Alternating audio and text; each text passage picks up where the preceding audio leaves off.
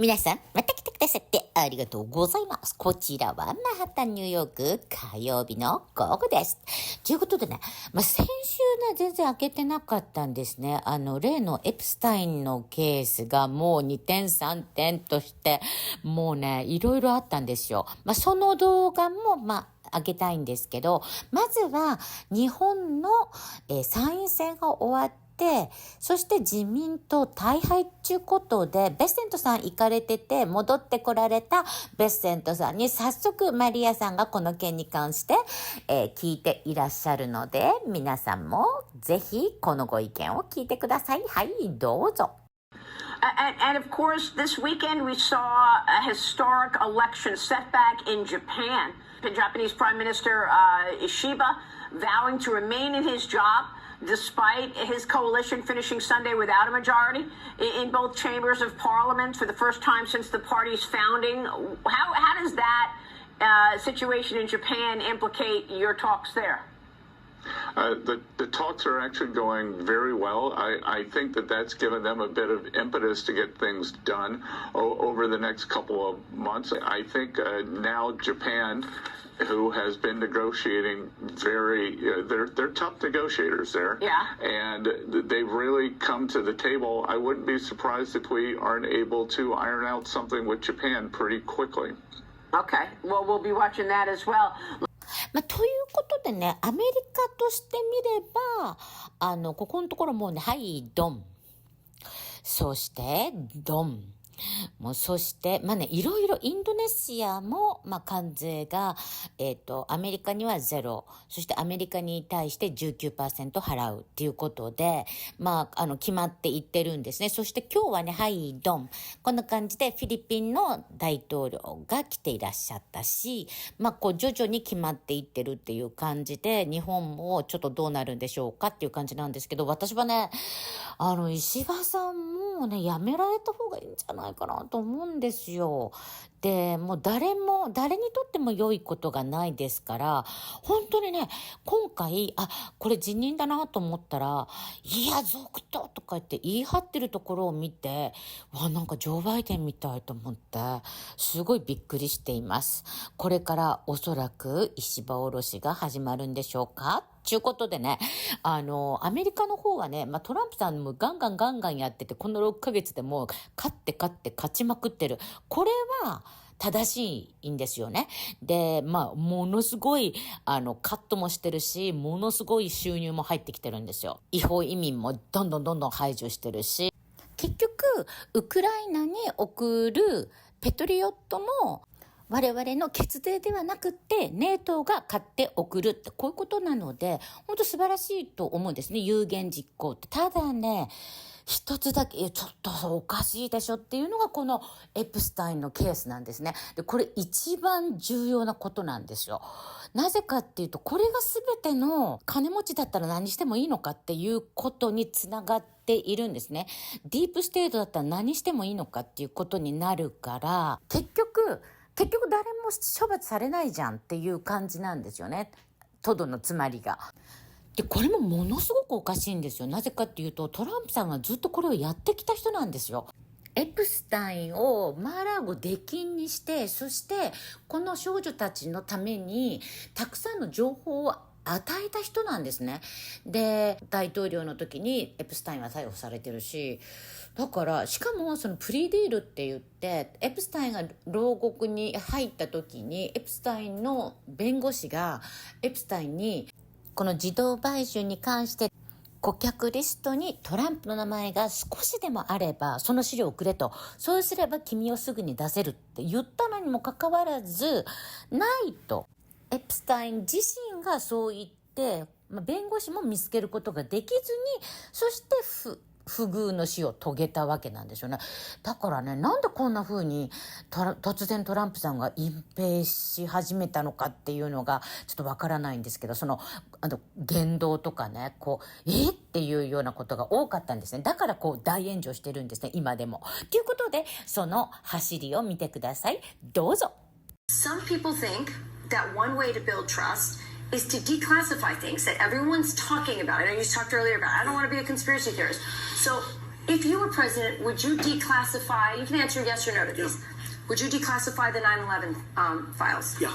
Would you declassify JFK files? Yeah. Would you, I did a lot of it. Would you declassify the Epstein files? Yeah, I would. All right. Yes, I would. I think that less so. And I would say that, these files were made up by Comey. They were made up by Obama. They were made up by the Biden. We went through years of that with the Russia hoax. That Jeffrey Epstein story is a big deal. Please do not let that story go. Keep your eye on it. Catherine Rumler, we need to keep the heat on this case, folks. There are a lot of people who are knee-deep in the Washington swamp who are not telling you the truth about serious allegations out there that Epstein may have had video and audio of people out there doing things they should have been doing. And you should be asking yourself the question, how is it that all these people, the CIA director, the Obama fixer, Bill Clinton, all intersected paths with Jeffrey Epstein? Jeffrey Epstein isn't with us anymore, and nobody seems to want to talk about it. Outside of a few entrepreneurial media outlets saying, hey, this is a big deal. He killed himself. Again, you want me to get... I've seen the whole file. He killed himself. So this is what he'll say. I've seen the whole file. It's literally just saying, trust me. And don't, listen, man, I'm not one of these people. There is, you could just tell. Dan Bongino's saying it with his chest in the first clip. And in the second clip, it's like just, like him and Kash Patel, you were ready for them to say like America's the great Satan and Allah Akbar or something like that. Like it's like it was a hostage video. Like I'm sorry, I usually don't even like talk about stuff like that, but it's so clear in this case. It's the same thing with Epstein's list. It's like, what the hell are these Republicans doing? Oh, I saw you give out the list. I saw you make news this morning about that. I gotta get to that. Yeah. You say that the FBI has Epstein's list. They're sitting on it. That doesn't seem like something you should do. You're protecting the world's foremost predator. That seems like an evil thing to do, regardless of who may be embarrassed in the release of that list. Why is the FBI protecting the greatest pederast, the largest scale pederast in human history? Simple, because of who's on that list. You don't think that Bill Gates is lobbying Congress night and day to prevent the disclosure of that list? And why is it that the Senate, and good for Senator Blackburn to try to get it out, but then Dick Durbin comes over the top and says, no, we're not going to release the names. I don't care about the list itself, but if release the names, right? What the hell are the House Republicans doing? They have the majority. You can't get the list? You're going to accept Dick Durbin's word or whoever that guy is as to who is on that list and who isn't, and that it can and can't be released?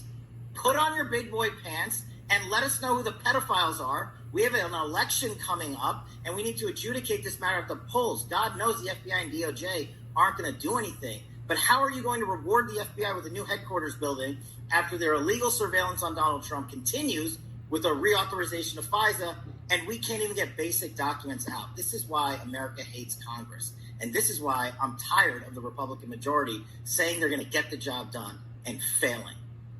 I think he just hasn't found his big boy pants. He's got a very different attitude. He's than what we have misplaced them. now. He's misplaced the big boy pants. They got lost in laundry or something. We saw the Attorney General Pam Bondi say that it's the scale of what happened is far worse than anyone realised. Well over 200, maybe 250 victims, and that we're going to get information either later today or tomorrow from these files. What can you tell me about that? I believe it will be today. I was just with, I saw Pam and Kash in the White House just before coming on your show. And I can tell you that I haven't been privy to it yet, but I know it is coming out. They will be taking portions of it. We have to be patient. And I said this last night at a dinner. America needs to remember one thing. We are going to be promises made, promises kept. But when you're dealing with victims, and by the way, this is a perfect example of a case that was vetted, that went through trial, that had testimony, and was prosecuted the right way. But in this case, in Epstein's case, it is incredibly disturbing. We have flight logs, we have information, names that will come out. Is it going to be shocking? I don't see how it's not shocking that there were so many individuals that were hidden and kept secret and not been held accountable. Let's talk about the reverse. I believe in accountability. So you have to now go through your process. But there's a general frustration with accountability. We take it halfway, we don't take it home. And I really believe that now with Cash and Pam, there will be accountability. The DOJ may be releasing the list of Jeffrey Epstein's clients. Will that really happen? It's sitting on my desk right now to review. That's been a directive by President Trump. I'm reviewing that. I'm reviewing JFK files, MLK files. That's all in the process of being reviewed because that was done at the directive of the president from all of these agencies. Stating Jeffrey Epstein, it left some lingering mysteries. One of the biggest ones is whether he ever worked for an American or foreign intelligence agency. The former Labor Secretary, who was Miami U.S. Attorney Alex Kosticki, allegedly said that he did work for an intelligence agency. So could you resolve whether or not he did? And also, could you say why there was a minute missing from the jailhouse tape of minutes? Yeah, sure. Could I just interrupt for a second? Are you still talking about Jeffrey Epstein? This guy's been talked about for years. You're asking, we have Texas, we have this, we have all of the things. And are people still talking about this guy, this creep? That is unbelievable. Do you want to waste the time, or do you feel like answering? I don't. Listen, I'm 45 minutes away from the flooding here in Texas, and I found that to be very gaslighting.